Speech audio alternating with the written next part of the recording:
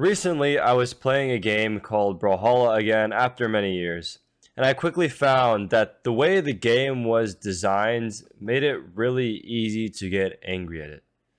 The quick mechanics and the long combos that felt impossible to dodge, combined with the ability to win by spamming one move over and over, makes this game feel extremely irritating by design. It was as if it was impossible to avoid feeling angry at the game. There was just no way to truly have fun and be relaxed. And that's even when I was trying to not take the game seriously. So I realized it made perfect sense that as a young kid I got so irritated at this game. But this got me thinking, are some games designed to make us angry? Are they designed to be overly competitive or irritating so that players tilt and keep playing? Or are some games just accidentally very annoying because of the way people choose to play? If it is the gamer's fault, why is it so easy to get angry and overly invested in competitive games, yet so hard to play them while being relaxed and not caring about the outcome? Really, this becomes a question of hating the player, not the game, or hating the game and not the player. This is just a common expression, but the concept here is what I'm after. Looking online and pulling on my own experience, I found some answers. I'll start with the evidence for the design argument.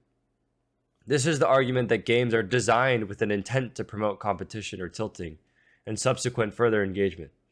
The obvious examples of this are taunts, emotes, graffiti sprays, voice lines, and victory animations, or any sort of thing similar to that.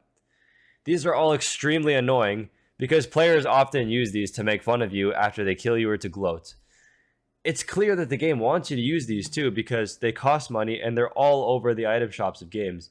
And there have been enough games in history where these accessories have been abused that one could not reasonably assume anymore that games supposedly don't know the consequences of implementing these things.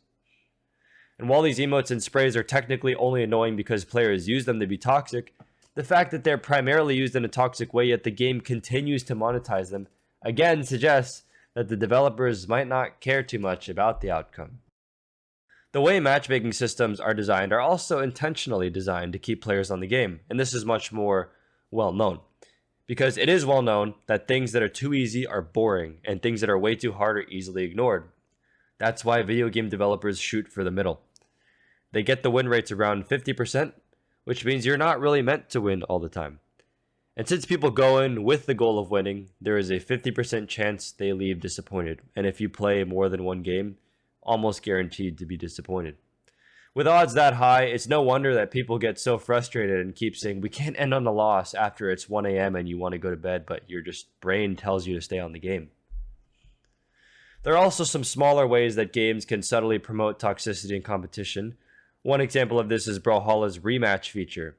If you lose a game, you could rematch the other player. I think this is by far the biggest way to get people riled up or angry. Rematching someone you had a frustrating loss to instead of moving on is a great way to fall into anger and tilting. Now, on the flip side, there's the evidence for the player argument. Again, this is the argument that games are just games and it is the players who tend to make them more serious than they need to be. This is the technical right answer, quote unquote.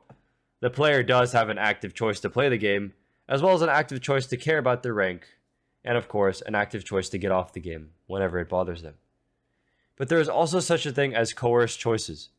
If a player is sold a video game where the explicit goal is to win and rank up with shiny metal rewards for higher ranks, yet that player is given a 50% win rate, then is that really an active choice to get excited and subsequently disappointed? The blame as a result cannot really be put on only one party. There is an element of player choice, while at the same time the game somewhat forces a certain playstyle. And I think this is evidenced by the fact that it is really easy to get angry at online competitive games, yet really hard to stay calm many times. You don't see the same problem in a lot of solo or co-op story or mission-based games. You wouldn't quite say that Kirby's Return to Dreamland is designed to make you angry, because the goal is totally attainable and all the players are meant to attain it, not just half of them. You can't really lose in Kirby, yet in competitive online games you are meant to lose just as much as you win. And the player also does have a choice to purchase certain cosmetics, and I acknowledge that it is an easier habit to control than getting mad at the game, but companies like Epic Games have been pursued legally because of their predatory shop practices, so the companies are not totally innocent here. Not to mention that many of these cosmetics are obtained through items that resemble gambling and are available to young people. So, in the end, we can't say that the games are always intentionally designed to make us angry, but by design, they are designed to be very competitive, and people should understand how that will make them feel before they get too invested in the game. Players should also see how companies have many predatory shop practices and be careful when buying items in game. This can easily turn into unhealthy spending and problems with gambling like elements, like CSGO crates, for example. Even if the games were truly designed to make players angry and tilt, just recognize that it is possible to play these games while having fun, while being relaxed, and even while losing. You don't have to fall for the trap, and you don't always have to play the game exactly the way it's designed, especially if the design is irritating you. As always, stay mindful.